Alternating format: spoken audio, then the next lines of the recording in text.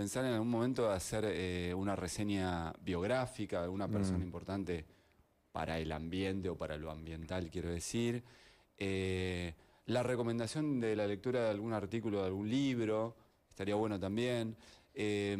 Así que bueno, hoy lo que les traje es, el título que les tiro es así como muy sintético, es una palabra corta encima, Gaia. Que no tengo ni idea, recién estábamos debatiendo, ¿no? Acá de 3 personas, 2 tenían idea y yo uno no. no. Bueno, Gaia. Si vas para Mar del, a la altura de, creo que barrio Félix Ucamet, hay una pintadita, hay un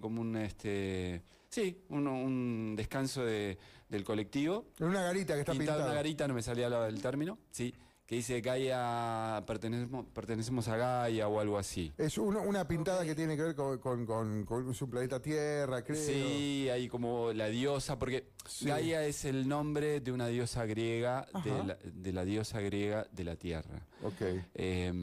Pero bueno, tiene una historia el término y tiene un uso científico y un uso más popular, asociado a Madre Tierra, la Pachamama. Pero que no suele ocurrir eso, ¿no? Que es un término que se comparta entre lo cultural y lo científico. No es tan común. No es tan común. Sí, la verdad que ahora no se me ocurren otros ejemplos, pero en este caso, el término Gaia, más allá de la mitología griega, quiero decir, para referirse a la Madre Tierra y que llegó hasta nuestros días, tiene una historia. La historia es la de un químico inglés, James Lovelock, si está bien pronunciado así, que trabajaba en la NASA en la década del 60 y trabajaba en un proyecto para determinar, por lo menos teóricamente, años después se comprobó que no había vida en Marte, pero su objetivo, su propósito era determinar si era posible la vida en Marte. Okay. Él era químico.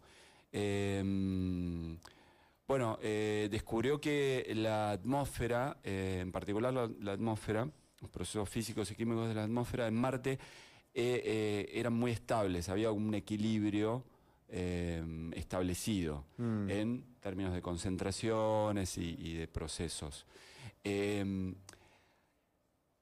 La comparación con lo que ocurre en la Tierra le hizo pensar que Marte era un planeta donde no había vida. A partir de ahí comenzó esta idea de la autorregulación del planeta Tierra. Ahora vamos a avanzar un poquito. Pero como es complejo, la verdad que es complejo. Yo estuve leyendo un poquito, ¿viste? Tampoco tanto, pero le metí un poquito, alguna idea tenía, obviamente, estudié biología, pero es complejo. Entonces me interesa por ahí. Incluso lo podemos pensar que en algún momento retomar esta columna sobre Gaia, pero me interesa conversarlo un poquito con ustedes. Siempre las preguntas de ustedes son muy pertinentes y ayudan, qué sé yo. A veces estoy medio enojado porque me interrumpís, pero en general son muy buenas.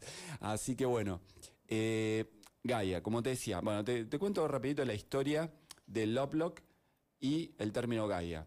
Él empezó a trabajar en la década del 60 en la NASA, quedó demostrado después que Marte es un planeta donde no hay vida.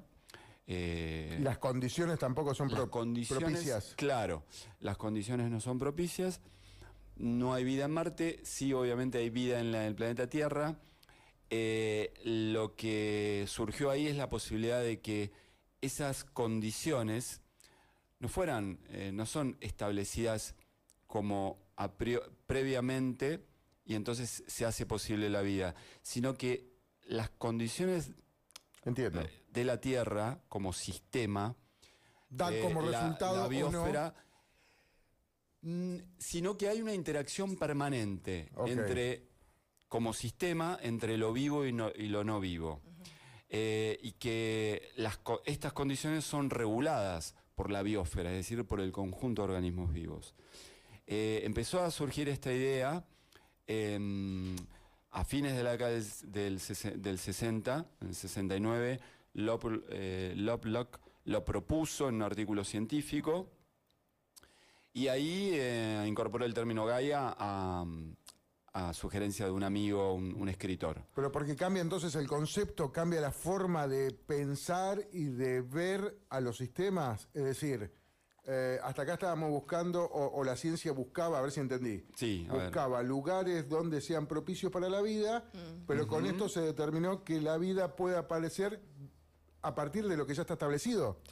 Que no Sí. necesariamente vos vas a buscar un lugar que tenga las mismas condiciones que la Tierra, sino que puede tener otras condiciones que dan forma a otro tipo de vida.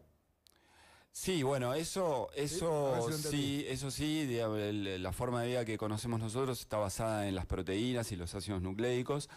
El tema del origen de la vida es todo un gran tema también, pero aquí de lo que se trataba es de ver si hay una interacción entre los organismos vivos y los elementos, los factores componentes bióticos de los abióticos.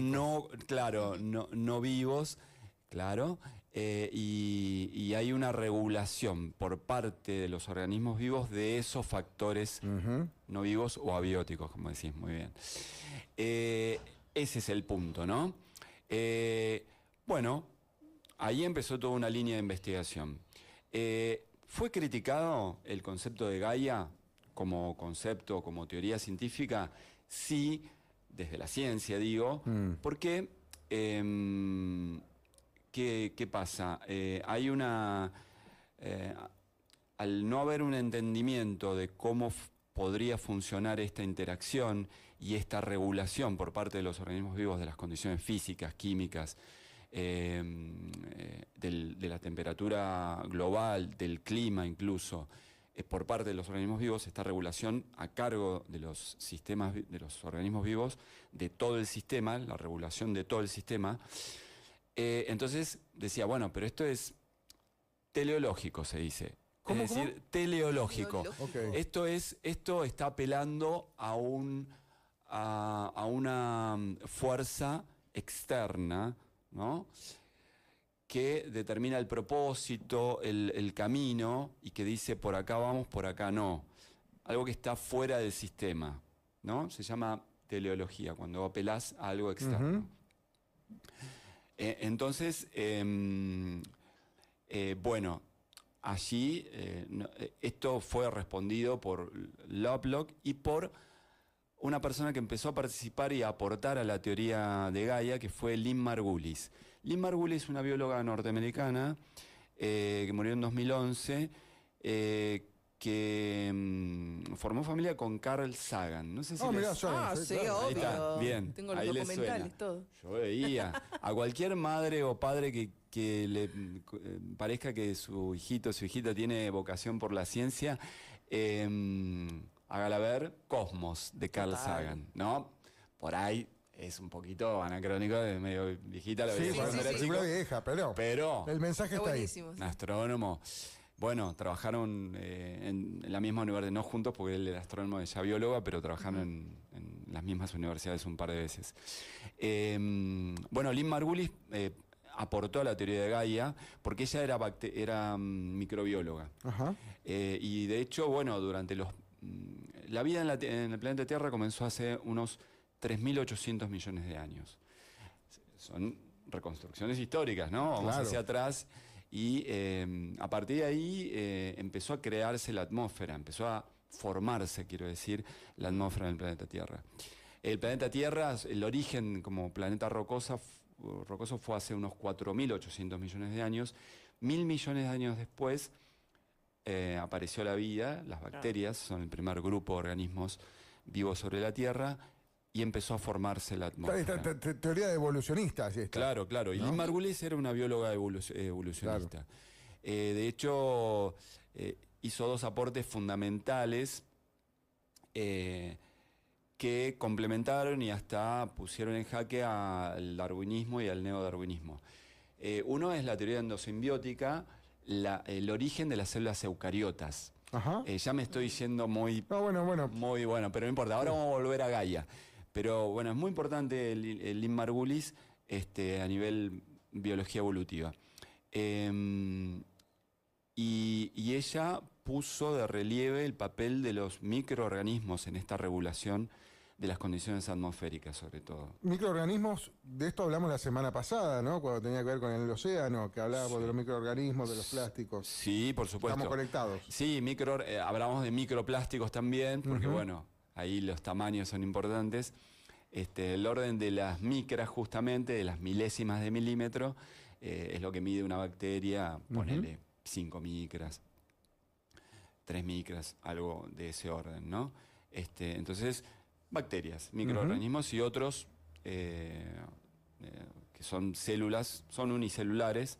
Células más complejas son las procariotas, son las bacterias, y eucariotas más complejas son otro tipo de organismos también unicelulares. Pero la aparición de las células procariotas y de la multicelularidad en el curso de la evolución de la vida, bueno, ahí Lee Margulis es un aporte muy importante en la historia de la biología y aportó a la teoría de Gaia. Así que, bueno, y lo que dice Lee Margulis es que nada que ver, que no hay una, no se apela, en la teoría de Gaia no se apela a una fuerza externa, superior, pongamos, que es la que dirige el curso de la vida en la Tierra, sino que, y ni siquiera se lo puede tomar a Gaia como un superorganismo, porque ahí es donde me interesa conectar lo científico con lo no científico. A ver. ¿Viste cuando hablamos del lenguaje transdisciplinario? Tiene un poco que ver con esto.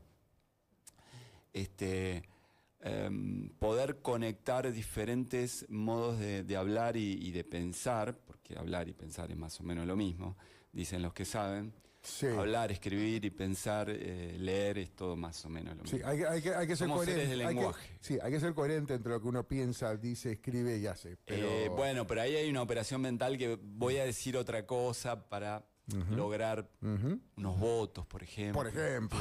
Por ejemplo. Que me quieran. Sí, sí. También puede ser. Diga yo. No sé. A ver, vuelvo.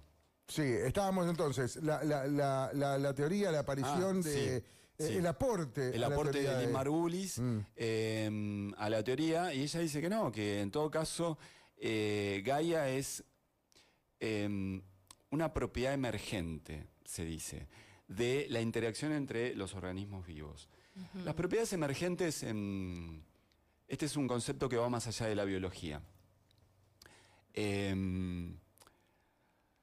A ver, las propiedades emergentes son algo que aparece como resultado de la operación de en determinado sistema.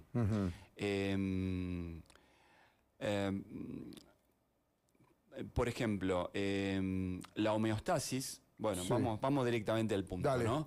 La homeostasis, ¿qué es la homeostasis en un organismo vivo? Por ejemplo, en tu cuerpo, en mi cuerpo, en un individuo como sistema vivo, aparecen determinadas funciones que son el producto, aparecen determinadas propiedades que son el producto de determinadas funciones desde las células, los tejidos, los órganos. Por ejemplo, vos regulás la temperatura corporal. Vos también, todos los mamíferos, Sí. cada individuo regula la temperatura corporal. Bueno, eso es parte de una condición homeostática del cuerpo y es una propiedad emergente del sistema. Del sistema vivo, no es una máquina. Uno no es una máquina, es un sistema vivo. Pero las propiedades emergentes aparecen como una condición de la interacción de los componentes de un sistema. Entonces, Lee Margulis aporta desde esta mirada de la interacción entre los organismos, sobre todo las bacterias, con estos factores no vivos, y dice que Gaia es una propiedad emergente. Ajá. Es más, después, porque en la década del 70, Maturana y Varela, lo nombré la vez pasada, Sí. Humberto Maturana, capo total, y Francisco Varela, un chico, iba a decir, pero bueno, una persona mucho más joven que él, pero ellos dos fueron los que elaboraron la teoría de la autopoiesis, o autopoiesis, que es una forma de entender la vida también, y que tiene que ver con cómo los sistemas vivos se autorregulan. Entonces, Varela dice que sí, que Gaia puede ser tomado, la autopoiesis también aplica a Gaia, puede ser tomado como un sistema no vivo, no vivo, pero un sistema que se autorregula así como se autorregulan los sistemas vivos. No sé si se entendió. Sí. Más o menos se entendió. Bueno, Varela dice esto y bueno, y la teoría de Gaia sigue en discusión, en términos científicos y filosóficos. Ahí es donde son estos temas, chicos, donde, viste, la filosofía y la ciencia se separaron en algún momento porque hubo por caminos distintos. Claro, y en un momento, bueno, de la modernidad y la especialización y la producción industrial y toda la historia nuestra. El método científico, claro, fundamentalmente. Obvio, sí. Y el conocimiento, y el gran conocimiento científico que se explotó, hizo que haya una gran especialización, ¿no? Entonces, bueno, una cosa es la filosofía y otra cosa es la ciencia. Obviamente que puede haber propósitos diferentes. Cuando los atás... Hay conexiones a veces. Qué sé yo, Maturana y Varela hablan de que los sistemas vivos son sistemas cognitivos. Ahora, ¿eso quiere decir que reflexionan y que dicen, no, che, bueno, no sé, una bacteria dice, bueno, no sé, tengo que apurar el metabolismo de la glucosa porque si no, no sé, me va a morir? No. Pero son sistemas cognitivos en el sentido de que reconocen... Los estímulos. Sí, reconocen estímulos, reconocen concentraciones, reconocen presiones, reconocen... Todos distintos procesos que viven, ¿no? Diferentes procesos a los que están expuestos y con los que tienen que interactuar. ¿Para qué? El para qué también puede sonar medio teleológico, pero hay una dominancia de la estructura interna de lo vivo que hace que todas esas interacciones y esos estímulos se direccionen para sostener la vida. Cuando esa autorregulación y esa capacidad cognitiva en este sentido no se puede sostener, ahí el organismo muere. Complejo el tema. Sí, muy complejo. Yo te voy a pedir otro capítulo de esto. No, está ¿no? bueno, Pero vamos a pedir otro capítulo para poder explayar un poco más. Para poder explayar un poco más. Pero en líneas generales me da la sensación que el mensaje tiene que ver, ¿no? Un poco con cómo hacer para poder fundir los distintos conocimientos que hay, ¿no? Un poco todo tiene que ver con todo. Y lo que viene de hace un montón, como estas teorías, ¿no? Esto que hablabas de la filosofía de hace mucho, claro. Termina, ¿no? De alguna manera vinculándose con la ciencia actual. Claro, porque la física y lo que está más allá de la física y cómo jugar en un campo o en otro y hasta a veces permitirse conectar ambos campos, ¿no? Como en estos grandes temas. Así que sí, un poquito el mensaje está muy bien, como vos lo interpretás. El mensaje es poder dialogar más allá de los encorsetamientos y la caja en las que nos pone a veces la disciplina en la que estamos. Por eso lo del lenguaje transdisciplinario. Y también, ¿no?, el respeto de vuelta, ¿no? Porque Gaia, la Madre Tierra, la Pachamama, todas estas cuestiones que no son estrictamente científicas, pero que nos llevan a un respeto por la naturaleza. Claro, tampoco es una mera enumeración o una manifestación, digamos, tiene mucha más profundidad. Sí, tiene una profundidad, claro, y está muy bueno todo el movimiento que se plantea respetar a la naturaleza como la gran madre, ¿no?, que nos provee de todo. Pero también sepamos que hay mucho desarrollo desde las ciencias naturales en esto, y que por lo tanto desde uno y otro campo realmente está bueno tomar conciencia y reflexionar sobre la casa común, claro, ¿no? Ahí terminamos siempre, por suerte, ¿no?, hablando y destacando la casa común. Bueno, hace un ratito cuando estábamos con el móvil del Consejo Deliberante, también nos hablaba un poco de ambiente y hoy quizás también, lo decía Portillo, ¿no?, tenemos que seguir hablando de lo que pasa con la escollera de Camel Norte, por ejemplo, que no es el tema puntual del que estamos hablando, pero tiene que ver con la casa común. Por supuesto, ¿no? por supuesto. Conrado, gracias. No, por favor, a ustedes. Pero no, pará, no te vayas. Porque